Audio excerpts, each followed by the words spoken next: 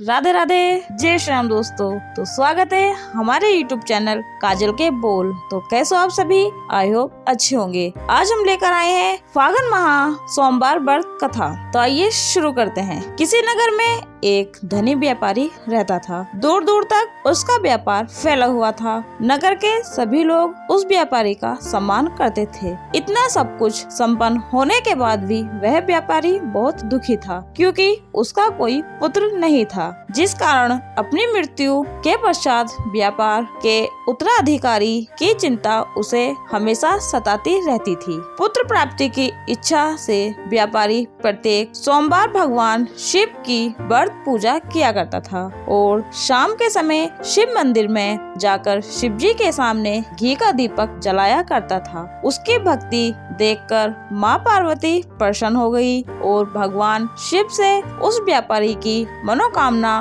पूर्ण करने का निवेदन किया। भगवान शिव बोले, इस संसार में सबको उसके कर्म के अनुसार फल की प्राप्ति होती है। जो प्राणी जैसा कर्म करते हैं उन्हें वैसा ही फल प्राप्त होता है। शिव जी द्वारा समझाने के बावजूद माँ पार्वती नहीं मानी और उस व्यापारी की मनोकामना पूर्ति हेतु वे शिव जी से बार बार अनुरोध करती रही। अयंत माता के आग्रह को देखकर भगवान भोलेनाथ को उस व्यापारी को पुत्र प्राप्ति का वरदान देना पड़ा। वरदान देने के पश्चात भोलेनाथ माँ पार्वती से बोले, आपके आग्रह पर मैंने पुत्र प्राप्ति का वरदान तो दे दिया है, परंतु इसका यह पुत्र 16 वर्ष से अधिक समय तक जीवित नहीं रहेगा। उसी रात भगवान शिव उस व्यापारी के सपने में आए और उसे पुत्र प्राप्ति का वरदान दिया और उसके पुत्र के 16 वर्ष तक जीवित रहने की भी बात बताई। भगवान के वरदान से व्यापारी को खुशी तो हुई, लेकिन पुत्र के अल्पायु की चिंता ने उस खुशी को नष्ट कर दिया। व्यापारी पहले की तरह सोमवार के दिन भगवान शिव का विधिवत व्रत करता रहा। कुछ महीनों के बाद उसके घर एक अति सुंदर बालक ने जन्म लिया और घर में खुशियां ही खुशियां भर गई। बहुत धूमधाम से पुत्र जन्म का समारोह मनाया गया, परंतु व्यापारी को पुत्र जन्म की अधिक खुशी नहीं हुई, क्योंकि उसे पुत्र की अल्पायु के रहस्य का पता था। जब पुत्र 12 वर्ष का हुआ तो व्यापारी ने उसे उसके मामा के साथ पढ़ने के लिए बनारसी भेज दिया। लड़का अपने मामा के साथ शिक्षा प्राप्त हेतु चल दिया। रास्ते में जहाँ भी मामा भांजे विश्राम हेतु रुकते वहीं यज्ञ करते और ब्राह्मणों को भोजन कराते। लंबी यात्रा के बाद मामा भांजे एक नगर में पहुँचे। उस दिन नगर के राजा की कन्या का विवाह था, जिस कारण पूरे नगर को सजाया गया था। निश्चित समय पर बारात आ गई, लेकिन वर का पिता अपने बेटे के एक आंख से काणे होने के कारण बहुत चिंतित था। उसे भय था कि इस बात का पता चलने पर कहीं राजा विवाह से इनकार ना कर दे, इससे उसकी बदनामी भी होगी। जब वर के पिता ने व्यापारी के पुत्र को देखा तो उसके मस्तक में एक विचार आया। उसने सोचा, क्यों ना इस लड़के को दूल्हा बनाकर राजकुमारी का विवाह करा दूं। विवाह के बाद इसको धन देकर विदा कर दूंगा और राजकुमारी को अपने नगर ले जाऊंगा। वर के पिता ने लड़के के मामा से इस संबंध में बात की। मामा ने धन मिलने के लालच में वर के पिता की बात स्वीकार कर ली।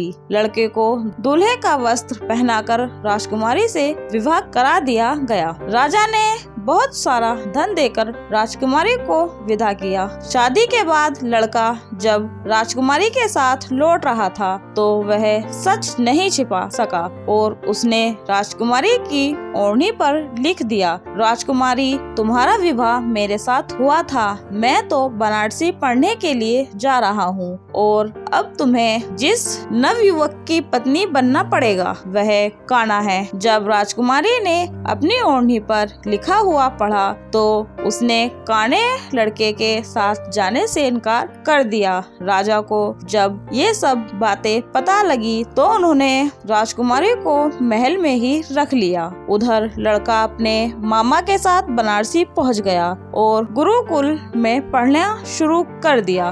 जब उसकी आयु 16 वर्ष की हुई तो उसने यज्ञ किया। यज्ञ के समाप्त पर ब्राह्मणों को भोजन कराया और खूब अन्न वस्त्र दान किया। रात को वह अपने शयन कक्ष में सो गया। शिव के वरदान के अनुसार शयन व्यवस्था में ही उसके प्राण पखुड़े उड़ गए। सूर्योदय पर मामा मृत्यु भांजी को देखकर रोने पीटने लगा। आसपास के लोग भी एक तरह होकर दुख प्रकट करने लगे। लड़के के मामा के रोने विलाप करने के स्वर समीप से गुजरते हुए भगवान शिव और माता पार्वती ने भी सुने। माता पार्वती ने भगवान से कहा, प्राणनाथ, मुझे इसके रोने के स्वर सहन नहीं हो रहे। आप इस व्यक्ति के कष्ट को अवश्य दूर करें। भगवान शिव ने माता पार्वती के साथ अदृश्य रूप में समीप जाकर देखा तो भोलेनाथ माता पार्वती से बोले, यह तो उसी व्यापारी का पुत्र है जिसे मैंने 16 वर्ष की आयु का वरदान दिया था। इसकी आयु पूरी हो गई। माँ पार्वती ने फिर भगवान शिव से निवेदन कर उस बालक को जीवन देने का आग्रह किया। माता पार्वती के आग्रह पर भगवान शिव ने उस लड़के को जीवित होने का वरदान दिया और कुछ ही पल में वह जीवित होकर उठ बैठा। शिक्षा समाप्त कर लड़का मामा के साथ अपने नगर की ओर चल दिया। दोनों चलते हुए उसी नगर में पहुँचे जहाँ उसका विवाह हुआ था। उस नगर में भी यज्ञ का आयोजन किया। समीप से गुजरते हुए नगर के राजा ने यज्ञ का आयोजन देखा और उसने तुरंत ही लड़के और उसके मामा को पहचान। यज्ञ के समाप्त होने पर राजा मामा और लड़के को महल में ले गया और कुछ दिन उन्हें महल में रखकर बहुत सा धन वस्त्र आदि देकर राजकुमारी के साथ विदा कर दिया। इधर भूखे प्यासे रहकर व्यापारी और उसकी पत्नी बेटे की प्रतीक्षा कर रहे थे। उन्होंने प्रतीक्षा कर रखी थी कि यदि उन्हें अपने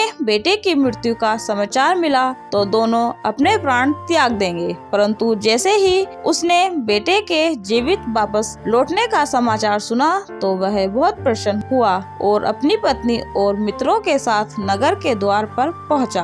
अपने बेटे के विवाह का समाचार सुनकर पुत्र वधू राजकुमारी को देखकर उसकी खुशी का ठिकाना ना रहा। उसी रात भगवान शिव ने व्यापारी के सपने में आकर कहा, हे सृष्टि, मैंने तेरे सोमवार के व्रत करने और व्रत कथा सुनने से प्रसन्न होकर तेरे पुत्र को लंबी आयु प्रदान की है। पुत्र की लंबी आयु जानकर व्यापारी बहुत प्रसन्न हुआ। शिव भक्त होना तथा सोमवार का व्रत करने से व्यापारी की सभी मनोकामनाएं पूर्ण हुई। इसी प्रकार जो भक्त सोमवार का विधिवत व्रत करते हैं और व्रत कथा सुनते हैं उसकी सभी इच्छाएं पूरी होती हैं। ओम नमः शिवाय। तो दोस्तों, आपको कैसी लगी हमारी वीडियो? प्लीज हमारे चैनल को सब्सक्राइब करें और वीडियो को लाइक करें। धन्यवाद।